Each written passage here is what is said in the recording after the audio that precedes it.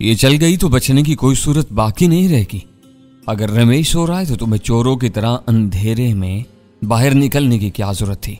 मैंने अपने कमरे की तरफ दौड़ते हुए खफकी से पूछा। मैं कमरा नीम रोशन करके बाहर निकला था।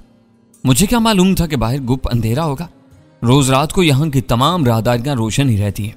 कमरे में छुपने के बजाय मैं रमेश के इस्तकबाल के लिए अंधेरे में निकला हुआ था। ब्लोगन मारने वाला हथियार है। इसने मेरी बात काट के शिकवा किया। मैंने तुमसे कहा था कि रमेश को अभी जिंदा रहना चाहिए, तो हमारी जरूरत है। ब्लोगन मेरी उंगली के इशारे की ताबे है। रमेश ज्यादा सरकशी दिखाता तो उंगली हरकत कर सकती थी। गनीमत हुआ कि तुम दूर थे। मेरा कमरा रोशन हो जाने के बाद उसने कहा, करीब होते तो हाथापाई जरूर हो जाती। अब यह बताओ कि वो रात गए मुझसे क्या चाह रहा है? यह सवाल तुम्हें उसी से पूछना चाहिए था। मैं क्या कह सकता हूँ? वक्त ऐसा था कि मैंने इस्तरारी तौर पर कॉल सिग्नल को नजरअंदाज कर दिया। मैं उससे बहाना कर सकता हूँ कि मैं गहरी नींद सोया हुआ था।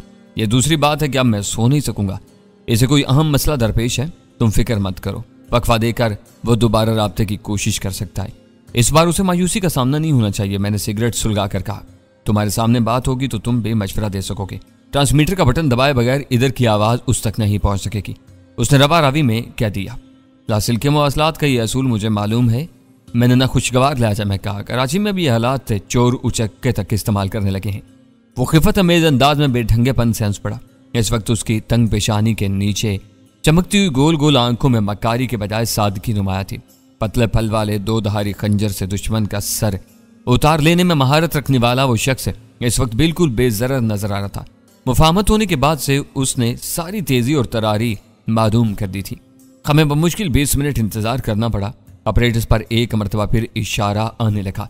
बदरी ने भरपूर नजरों से मेरी तरफ देखा और अपना ऑपरेटर्स ऑन कर दिया। अपनी कॉल के जवाब में बदरी की आवाज सुन लेने के बाद निक खुरान लगा। मैंने दूसरी बार कोशिश की है। पहली कॉल के वक्त तुम क्या कर रहे थे? इस वक्त रात का 1:30 बजने वाला है बिग बॉस। बदरी खुशामदाना अंदाज में बोला, हो सकता है कि थोड़ी देर के लिए मुझ पर कानूनगी तारी हो गई हो। मैं तुम्हारी कमीनगाह का सुराग लगा चुका हूँ। निक मोड़ले के वो अल्फाज किसी बम की तरह मेरे आसाब पर असर अंदाज हुए।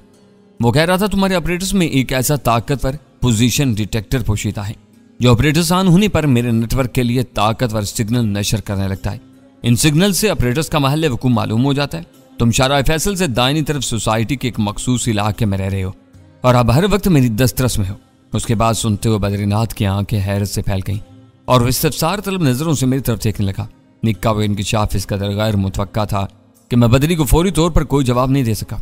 इस बार निक मोड़ले के मुकाबले पर मैदान में उतरते हुए मैं बिल्कुल फरामोश कर बैठा था कि अमरीकी कौंसल खाने की आड़ में साजिशों को परवान चढ़ाने वालों को बहुत सी जदीद तरीन इजादात और मवासलाती सहूलतों तक रसाई हासिल थी और वह घर बैठे बहुत सी ऐसी मालूमात हासिल करने पर कादिर थे जो आम हालात में मुयस्सर ही नहीं आ सकती थी। निक का दिया हुआ ट्रांसमीटर बदरी तक पहुंचाते हुए मुझे समझ लेना चाहिए था कि साले में कोई समतनुमा पुर्जा भी पोशीदा हो सकता है, मगर मुझसे चूक हो गई। मैं इस वार के लिए ज़हनी तौर पर कतई तैयार नहीं था।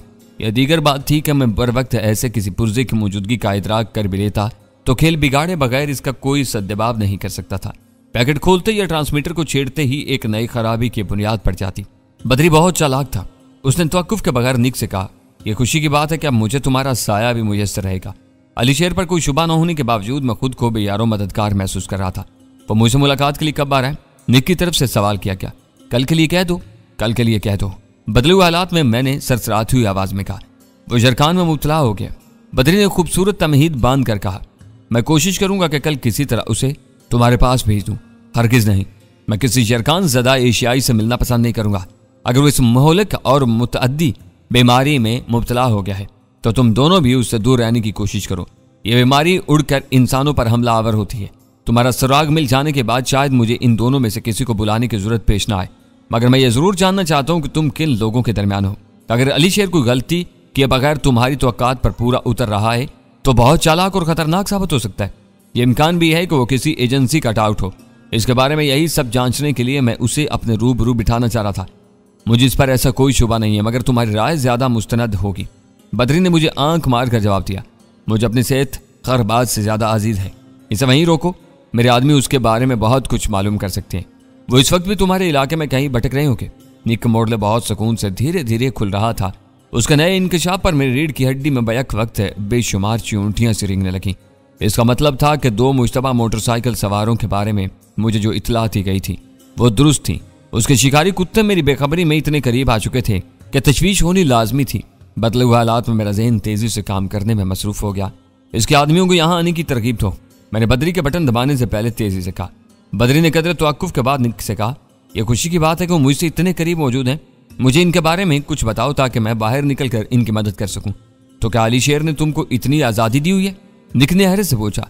हम उसके कैदी नहीं है बॉस, वैसे भी वो किराए पर हमारे लिए काम कर रहा है। बीमारी की वजह से वो इस वक्त आराम कर रहा है। सामने होता तब भी मुझे बाहर जाने से रोकने की हिम्मत नहीं कर सकता था। तुम इशारा करो और देखो कि मैं कितनी तेजी से तुम्हारी हदायत पर अमल करता हूँ। इसका साथी कहाँ है? निक किस पनागा के मामलात में गहरी दिलचस्पी ले रहा था। वो भी उसी के कमरे में सो रहा होगा। बज़ाहिर यह मैदान साफ है। ये कोई छोटा मकान है या इसमें अहाता वगैरह भी है? निक ने पूछा। यह वसीलान और अहाते वाली कोठी है। मकानात एक दूसरे से दूर और अलग अलग बने हुए। फिर तुम अपना ऑपरेटर आन रखो और इसे लेकर सड़क की तरफ वाली दीवार के पास पहुंचाओ। मेरे आदमियों के पास 1 मीटर है जो तुम्हारा और इनका दरमियानी फासला जाहिर करता है। फासला घटने बढ़ने से वो अंदाजा लगा लेंगे कि तुम कहाँ मौजूद हो। इनके पहुंचने तक तुम इंतजार करो। इनकी तरफ से कोई इशारा मिलते ही तुम मुझे इतला दोगे। इसके बाद मैं बताऊंगा कि क्या करना है। यानी इनकी रहनुमाई के लिए ऑपरेटर्स का मुसलसल आन रहना जरूरी है। बद्री ने पूछा। शायद मैंने शुरू से इसी एक बात पर जोर दिया है। बद्री के सवाल पर वो बरहम हो गया। ठीक है, अब मैं पूरी बात समझ गया। बद्री ने जल्दी से कहा, मैं भी बाहर निकलता हूँ। खौश में रहकर काम करना। मेरे आदमी अली शेर या उसके साथी की नजरों में आ गए तो ये सारी मशक राय कहाँ जाएगी। तुम्हारे मददगारों के बारे में वही कुछ मालूम कर सकते हैं। तुम फिक्र मत करो, मैं तुम्हारे मकासद के लिए सरधड़ की बाजी लगा दूंगा। गुड। निक के मुंह से रवा रवी में पहली बार कोई तारीफी लफ्ज बरामद हुआ। मेरी बात फिलहाल मुकम्मल हो गई। अगली बार तुम इनके आ जाने पर मुझसे बात करोगे। अब तुम ऑपरेटर स्थान रखकर पूरे इत्मीनान से घर भर में घूम सकते हो। इस पर मेरा कोई पैगाम नहीं आएगा। Thank you. ये कहकर बद्री ने ऑपरेटर्स का नशरी बटन छोड़ दिया और उसे यूं घूरने लगा जैसे उसने वो अजूबा अपनी जिंदगी में पहली बार देखा हो। मैंने बोलने में दनिस्ता पहल नहीं की और खामोशी के वो लम्हात गुजारने के लिए बिला वजह नई सिगरेट सुलगाने में मसरूफ हो गया। बद्री मेरी इस बामकसद खामोशी का अंदाजा नहीं लगा सका। इसने उलझन अमेज लहजा में कहा, यह तो सारा किस्सा ही चौपट होता नजर आ रहा है। निक मेरी तवक्का से ज्यादा चालाक साबित हुआ है। वो चालाक ना होता तो तुम दोनों को उसकी तहवील में ना दिया जाता। मैंने जवाब दिया, अब तुम इतनी सादतमंदी ना दिखाओ और थोड़ी देर के लिए ऑपरेटर्स बंद कर दो। ऐसा ना हो कि हम यहाँ बैठे बातें करते रहें और निक के आदमी फाटक पर पहुंच आए। ओह, बद्री ने चौंक कर जल्दी से ऑपरेटर्स ऑफ कर दिया। ये वाकई काफी देर से आन है। इस दौरान में इन्होंने अपनी नकलो हरकत और फासले की तब्दीली की बिना पर यह अंदाजा तो लगा ही लिया होगा कि हम इनसे किस समत में मौजूद हैं। तुम इन्हें इस तरफ रागिब करने में क्यों दिलचस्पी ले रहे हो? मजबूरी है, हमारे पास बचाव की कोई और राह नहीं है। हमसे दूर रहकर वो निक के मफादात पूरे करते रहेंगे। हमारे हाथ लग गए तो चौकड़ी भूल जाएंगे। तो क्या तुम उन्हें अपना कैदी बनाने का इरादा रखते हो? उसने हैरत से पूछा। मैंने बेपरवाही से कहा, वो आसानी से कैदी बनने पर आमादा ना हुए तो इनका झटका भी किया जा सकता है। अपने आखिरी अंजाम के वो खुद जिम्मेदार होंगे। निक बिफर जाएगा। तुम्हारी मुखबरी के लिए वो उन पर बहुत ज्यादा इन्हिसार कर रहा है। उसके फरिश्तों को भी इल्म नहीं होगा कि उसके आदमियों पर क्या गुजरी है। ये कैसे मुमकिन है? उसने बेअतबारी से कहा, इसके आदमी गायब हो जाएंगे और उसे इल्म नहीं होगा। ये बात मेरी समझ से बाहर है। इस इन आदमियों के बारे में इतला देने की जिम्मेदारी तुम्हारी है। आज की रात बहुत अच्छी है। रमेश ख्वाब आवर दवा के जरिए असर सो रहा है। वो यहाँ आएंगे और पकड़े या मारे जाएंगे। 1-1.5 घंटा गुजार लेने के बाद तुम निक से पूछोगे कि इसके आदमी कहाँ रह गए। इतनी मुद्दत गुजर जाने के बाद भी इनका पता नहीं है। उसकी खोपड़ी चकरा जाएगी। वो समझेगा कि उसके आदमी तुम्हारी कमीनगाह का सुराग लगाकर वापस चले गए हैं। इन्होंने तुमसे राब्ता करने की जरूरत महसूस नहीं की। उसने अपने आदमियों को हदायत देकर भेजा होगा। ये कैसे मुमकिन है कि उसके हुक्म से इनराफ करें? फिजा में खतरे की बूझ सूंघ कर वो सब कुछ कर सकते हैं। वो हर बात सोच सकता है, मगर ये अंदाजा नहीं लगा सकेगा कि उसके आदमियों को तुम्हारी मौजूदगी में मारा या पकड़ा गया है। हाँ, शायद वो हम लोगों से इतनी जल्दी बदजन न हो सके। फिक्रमंदी की बात यह है कि हमें उसके आदमियों की तादाद के बारे में कुछ इल्म नहीं। पता नहीं वो कितने होंगे। लश्कर नहीं आ सकता। तो उसने जमा का सीगा इस्तेमाल किया है तो वो बस 2 ही आदमी होंगे। उसे वो जवाब देते हुए मेरे जहन में मुश्तबा मोटरसाइकिल सवारों का ख्याल मौजूद था। इन्हें पकड़ कर तुम कहाँ रखोगे? सुबह रमेश सोकर उठेगा तो इन्हें देखकर सवालों की बौछार कर देगा। तुम अभी तक इस घर की पूरी मकानियत से बाखबर नहीं हो। यहाँ एक तहखाना भी मौजूद है। पकड़े जाने वालों को बांध कर 2-4 दिन वहां रखा जा सकता है। एक तरफ तुम अपनी रवानगी का प्रोग्राम बना रहे हो, दूसरी तरफ निक से उलझने पर तुले हुए हो। तुम्हारे जाने के बाद कैदियों का क्या बनेगा? वो रिहा होते ही निक को पूरी तफसीलात सुना देंगे। यह मैं अपनी मर्जी से नहीं कर रहा। उलझने मेरे ऊपर थोपी जा रही हैं। अपने लिए कोई संगीन खतरा नजर आया तो मैं निक के आदमियों को जिबा करके निकल जाऊंगा। बुनियादी तौर पर बद्रीनाथ को तसादुम की हिकमत अमली पर कोई एतराज नहीं था। वो खुद भी कुछ तो खून करके अपनी राह पनाने का आदी था। इससे बाद में पैदा होने वाली पेचीदगियों की फिक्र थी। ऐसा हुआ तो क्या होगा और वैसा हुआ तो फिर क्या बनेगा। मुझसे थोड़ी देर तक बहस करने के बाद उसका ज़हन साफ हो गया। मैंने बीमगन के साथ भरा हुआ रिवाल्वर अपनी जेब में रखा तो बद्री कुछ परेशान हो गया। इसको अपने खंजर जनी पर नाज था। वो खुले खुले मकानों में रहने वाले मुतमव्विल शहरियों की पुरसकून आबादी थी। किसी भी घर में थोड़ी बहुत मारधाड़ धींगा मुश्ती होती तो पड़ोसियों तक को कानो कान खबर न होती। फायर होता तो पूरी आबादी में खौफ व हिरास फैल सकता था। कोई पुलिस को खबर कर देता तो कानून के मुहावजों के मुदाखलत से हमारे मामलात खराब हो सकते थे। इसका ख्याल था कि हमें चुप छिपाते इस सूरत हाल पर अपनी गिरफ्त मजबूत करने की कोशिश करनी चाहिए। इस वक्त तक मुझे बद्रीनाथ की खंजर जनी के कमालात देखने का मौका नहीं मिला था। वो रेशम जान के घर में जिस एतमाद से दोरी धार का खंजर लिए बैठा था उसे ये जरूर झलक रहा था कि उसे अपने फन में कोई ना कोई कमाल हासिल था। इसके इसरार पर मैंने उसका पतली धार वाला खंजर उसे लौटा दिया। मैंने चाहा कि वो खंजर के साथ मुझसे रिवाल्वर भी ले ले, मगर उसने शुक्रिया के साथ मेरी पेशकश मुस्तरद कर दी। वक्त आया तो तुम देखोगे कि मेरे हाथ में यह खंजर दुनिया के हर हथियार से ज्यादा खतरनाक साबित होता है। मेरे सिर्फ दो निशाने होते हैं, मेरे हरीफ का नरखरा कट जाता है या फिर उसकी आंतें बाहर निकल पड़ती हैं। मैं मुस्कुरा कर रह गया। मैंने सोच लिया था कि पहला मौका मिलते ही मैं उसके मुकाबले की सलाहियत आजमाने की कोशिश जरूर करूंगा। वक्त गुजरने के साथ साथ छुरी चाकू से हरीफों को जमीन पर ढेर करने वालों की नस्ल तेजी से मादूम होती जा रही थी। ताकतवर रोशनी वाली एक छोटी जेबी टार्च जेब में रखने के बाद मैं इत्मीनान से बद्री के साथ अकबी दरवाजे से बाहर निकल गया। मुझे यकीन था कि उसे देख लेने के बाद STF का कोई आदमी हमारे सामने आने की कोशिश से नहीं करेगा। वो तीनों अपनी तारीख कमीनगाहों में घात लगाए बैठे रहेंगे और जरूरत पड़ने पर बलाए नागहानी बनकर मेरे किसी भी हरीफ पर टूट पड़ेंगे। बाहराते में मुकम्मल तारीकी का राज था। हम टहलते हुए चंद ही लम्हों में उस बल्ब की रोशनी की इज्जत से निकल आए जो बद्रीनाथ ने अंदरूनी राहदारी के एक हिस्से में रोशन किया था। ट्रेनों का शोर मौकूफ हो जाने की वजह से फिजा में चींगड़ों की झाई झाई बहुत वाज़ेह सुनाई दे रही थी। मैंने मशवरा दिया और बद्री ने फौरन ही ऑपरेटर ऑन कर दिया। बाहर बिल्कुल सन्नाटा है। तुम्हारे नौकर बेखबर सोए हुए होंगे, इन्हें क्यों नहीं उठा लेते? इमारत के बगली रास्ते से गुजरते हुए बद्री ने धीमी आवाज में कहा। फिक्र मत करो, जरा भी आहट हुई तो वो तीनों खुद ही बेदार होकर मैदान में आ जाएंगे। हड़बूंग फैल गई तो वो अंधेरे में धोखे से हम पर भी हमला कर सकते हैं। बेहतर यही है कि इन्हें पहले से जगह कर एतमाद में ले लिया जाए। होशमंदी के आलम में इनकी कारकर्दगी बढ़ जाएगी। नौकरों को मैं ये एहसास नहीं दिलाना चाहता कि मैं अपनी हिफाजत के लिए उनके जोरे बाजू का मोहताज हूँ। मैंने बहुत धीमी आवाज में उसकी सोच के मुताबिक घटिया सा जवाब दिया। एक बार इन्हें अपनी अहमियत का अंदाजा हो जाए तो ये मालिक के सर पर सवार होने की कोशिश में लगे रहते हैं। ट्रांसमीटर ऑन हो चुका था। इसमें छुपी हुई पोजीशन डिटेक्टिंग डिवाइस ने एक मरतबा फिर ताकतवर रेडियाई सिग्नल नशर करने शुरू कर दिए थे। निक मोडले शायद अपने नेटवर्क पर इन इशारों को मफहूम पहनाने की कोशिश कर रहा था। दूसरी तरफ उसके आदमी अपने मीटर की स्क्रीन पर ट्रांसमीटर से अपना फासला बढ़ने और समत पहचानने की कोशिश कर रहे थे। मान मुझे ख्याल आया कि नेटवर्क पर सिग्नल्स का सिलसिला कुछ देर के लिए मौकूफ होने पर निक तशवीश में मुतला हो सकता है। मैंने बद्री से उस बात का जिक्र किया तो हंस पड़ा। इसे मैं संभाल लूंगा। तुम्हारे तारीख कमरे में ऑपरेटर्स का नन्ना सा सब्ज बल्ब बहुत ज्यादा चमक रहा था। इस वजह से मैंने ऑपरेटर्स ऑफ करके वो रोशनी बुझा दी। वहां का तफसीली जायजा लेने के बाद मैं बाहर निकला और इसे दोबारा ऑन कर दिया। उसने जवाब दिया।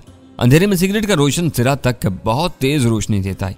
मेरी ख्वाहिश थी कि मैं उस समत में छुपे हुए अपने किसी आदमी से मालूम करूं कि मुश्तबा मोटरसाइकिल तीसरी बार भी नजर आई थी या नहीं, मगर बद्री की मौजूदगी की वजह से मैं अपनी इस ख्वाहिश को अमली जामा न पहना सका। पहले वो इधर से गुजरे तो ऑपरेटर साफ था, लिहाजा इन्हें अपने मीटर से कोई रहनुमाई नहीं मिल सकी होगी। अब सूरत हाल मुख्तलिफ थी। हदफ खुद इन शिकारियों को अपनी तरफ बुला रहा था। फाटक के करीब ही हम दोनों एक दरख्त के साए में रुक गए। वो चांद की आखिरी तारीखें थीं। तारीख आसमान पर सितारों की भरी हुई चादर झिलमिला रही थी। नीचे माहौल खासा मुख्तलिफ था। बैरूनी सड़क के किनारे खंभों पर लगी हुई स्ट्रीट लाइट्स कुर्बो जवार में धुंधलाई हुई रोशनी फैला रही थी। इनका इनिकास हमारे अहाते में भी पड़ रहा था, लेकिन इस समत से हमारा घर गहरी तारीकी में डूबा हुआ नजर आ रहा था। हम दोनों काफी देर तक वहां खड़े बातें करते रहे, लेकिन फिजा पर छाया हुआ सकूत बरकरार रहा। निक्के आदमी अपनी तलाश से मायूस होकर लौट चुके थे, या फिर वो इतने अहमक थे कि फासला नुमाले की रहनुमाई के बावजूद अपनी पेशकदमी की सही समत का तयन नहीं कर पा रहे थे। आखिर मेरे कानों में किसी मोटरसाइकिल के इंजन की मुहूम सी आवाज आई जो रफ्ता रफ्ता करीब आती जा रही थी। साफ जाहिर हो रहा था कि आने वाले सुस्त रफ्तारी से आ रहे थे। कोई मोटरसाइकिल आ रही है। बद्री ने मेरा बाजू दबाकर पुरजोश लहजे में सरगोशी की। इस वक्त तक यह वाज़ेह हो चुका था कि दूर से आने वाली मोटरसाइकिल हमारी पुख्ता गली ही में दाखिल हुई थी। इंजन का शोर लम्हा ब लम्हा करीब आता जा रहा था, लेकिन इनकी रफ्तार बहुत कम हो गई थी। आखिर वो मोटरसाइकिल हमारे पार्टी के करीब ही रोक दी गई। मेरा दिल उछलकर हल्क में आने लगा। मोटरसाइकिल रुकते ही बाहर से किसी शख्स की दबी दबी हजानी आवाज सुनाई थी। शायद वो दो थे और एक ने अपने साथी से कुछ कहा था। इंसानी आवाज को वाज़ेह तौर पर सुन लेने के बावजूद मैं उसका एक लफ्ज भी नहीं समझ सका था। इस आवाज में न जाने क्या असर था कि थमी हुई मोटरसाइकिल के इंजन की आवाज यकलख्त तेज हो गई और वो वहां से आगे रवाना हो गई। मेरे कान इसी आवाज पर जमे हुए थे। बस चंद सानियों तक वो शोर बरकरार रहा, फिर अचानक की मोटरसाइकिल का इंजन एक बार ज्यादा जोर से गुर्रा कर खामोश हो गया। मेरा तजुर्बा बता रहा था कि दौड़ती हुई मोटरसाइकिल का क्लच दबाकर इंजन बंद कर दिया गया था। ये 100% वही आदमी मालूम होते। बद्रीनाथ मुतवक्का तसादुम के एहसास से ही दीवाना हुआ जा रहा था। पाकिस्तान की सरजमीन पर कदम रखने के बाद शायद इसके लिए वो आज़ादी से कुछ कर गुजरने का पहला अमली मौका था। वो अपने मीटर को पढ़ते हुए आए थे। इस वक्त बदरी आते की दीवार के करीब ही मौजूद था। वहां से पतली सड़क का फासला शायद 2-3 मीटर से ज्यादा नहीं था। इतना कम फासला शायद उनके वहमो गुमान में भी नहीं था। इसरार के आलम में मोटरसाइकिल वहीं रोक दी गई, मगर फिर उनमें से किसी एक को अपनी हमाकत का एहसास हो गया। अपने हदफ से इतने कम फासले पर रुककर वो कई मसाइल से दो चार हो सकते थे। रुकते ही वो दोबारा मोटरसाइकिल भगा ले गए और थोड़ी दूर जाकर इंजन बंद कर दिया गया। इस वक्त मुझे दो ही इम्कान नजर आ रहे थे। वो मोटरसाइकिल को दूर छोड़कर पैदल हमारी कमीनगाह की तरफ लौटते या फिर बंद मोटरसाइकिल को खींचते हुए खामोशी से वहां तक आते ताकि नामसाद हालात में फरार के लिए उनकी सवारी करीब ही मौजूद रहे। दोनों सूरतों में उन्हें हमारी तरफ आना ही था। अगर मैं इनके इस्तकबाल के लिए फाटक खोलकर खड़ा हो जाऊं तो इन्हें अपनी खुशकिस्मती पर किसी तरह यकीन नहीं आएगा। बदरी ने मसरूर लहजा में कहा, निक ने तुम्हारे पास शरीफ मुलाकातियों को नहीं भेजा होगा। यह भी हो सकता है कि तुम्हारी तरफ आने वाले बदमाश बढ़कर अचानक ही उल्टी दौड़ लगा दें और तुम अपना खंजर खुद चाटते रह जाओ। यह भी हो सकता है। अंधेरे में उसकी तफहीमी आवाज उभरी, मुश्किल यह है कि बुरे आदमियों को हर काम की अच्छाई जरा देर से ही नजर आती है। इनकी छठी हिस्स खराबियों को दूर ही से ताड़ लेती है। आने दो, सालों को अपनी मर्जी से आने दो। अगर वो सिर्फ दो हैं तो इनके स्वागत के लिए मैं अकेला ही काफी हूँ। इस नाजुक मौका पर वो खुश फहमियों में मगन था और मैं ये सोच रहा था कि आगे क्या होगा। निक की हदायत थी कि यूं ही बदरी को उसके आदमियों की तरफ से कोई इशारा मिले वो निक से बात करे। कुछ इल्म नहीं था कि इस मरहले के लिए उसने अपने आदमियों को क्या हदायत दी थी। यह जरूरी नहीं था कि ऑपरेटर्स से अपनी वाजबी से फासले का तयन करने के बाद वो अंदर घुसने की कोशिश भी करते। मकान को पूरे वसूख से पहचान लेने के बाद वो वापस जा सकते थे। उनके किसी भी रद्द-ए-अमल का इन्हिसार इस बात पर था कि निक ने उन्हें क्या हदायत दी हुई थी। थोड़ी देर के लिए अपना ऑपरेटर्स बंद कर दो, मैंने एक फौरी ख्याल के तहत बदरी से कहा। गड़बड़ हो जाएगी, आने वाले चक्कर में पड़ सकते हैं। वह बुड़बुड़ाया, मैं भी यही चाहता हूं, जल्दी करो, वो करीब आ गए तो कुछ नहीं हो सकेगा। बदरी ने अपने बाएं हाथ में थामे हुए ऑपरेटर्स को ऑफ करते हुए कहा, निक मोड़ले जरूर पूछेगा कि दूसरी बार ऑपरेटर्स बंद करने का सबब क्या था। अंधेरे में ऑपरेटर्स तुम्हारे हाथ से गिर जाए तो इसके सेल निकल सकते हैं जिन्हें ढूंढना दुश्वार भी हो सकता है। ये सब बहाने बाद में सोच लिए जाएंगे, पहले आने वालों की फिक्र करो। अभी उन्होंने 2-3 मीटर का फासला नोट करके मोटरसाइकिल रोकी थी। अब इनका मीटर नाकारा हो जाएगा तो वो क्या नतीजा अखज़ करेंगे। वो मेरे मशवरे से मुतमईन नहीं था। यह इनका मसला है। तुम्हारी मुश्किल यह है कि वो तुम्हें कोई इशारा देते तो तुम क्या करते। अगले और सही कदम के बारे में निक तुम्हें बताने वाला था। तुम इसी से रब्ता करते और उसे मालूम हो जाता कि उसके आदमी तुम तक पहुंच चुके हैं, तो फिर हम इन्हें गायब नहीं कर सकते थे। तुम निक से हदायत दिए बगैर इशारे का जवाब दोगे तो 100% गलती करोगे। वो भाग जाएंगे, हम गली में निकल कर इन्हें नहीं पकड़ सकते। ये सब तुम्हें पहले बताना चाहिए था। वह झुंझुला के बोला, तुम्हें यह खराबी है कि तुम बहुत सी बातें छुपाए रहते हो और ऐसे वक्त पर जुबान खोलते हो जब कमर दीवार से झलकती है।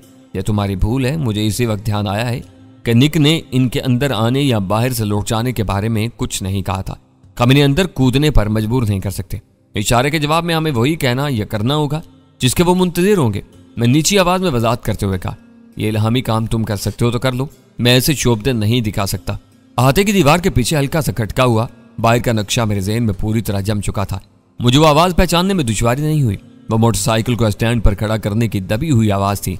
वो दोनों कोशिश के बावजूद स्प्रिंग के झटके पर काबू नहीं रख सके थे।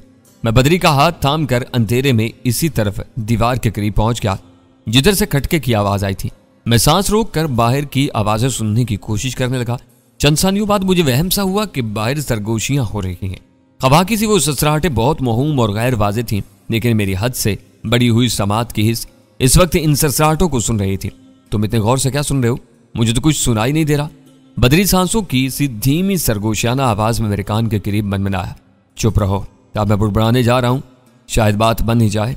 मैंने उससे भी हल्की आवाज में उसके कान से मुंह लगाकर कहा, फिर सीधा हो गया। साला फिर गिर गया। चंद सानियों की तवक्कुफ के बाद मैंने झिल्लाई हुई बेसाख्ता आवाज में इस तरह कहा कि बाहिर को मौजूद हो तो मेरे वो अल्फाज उसके कान में पड़ जाएं।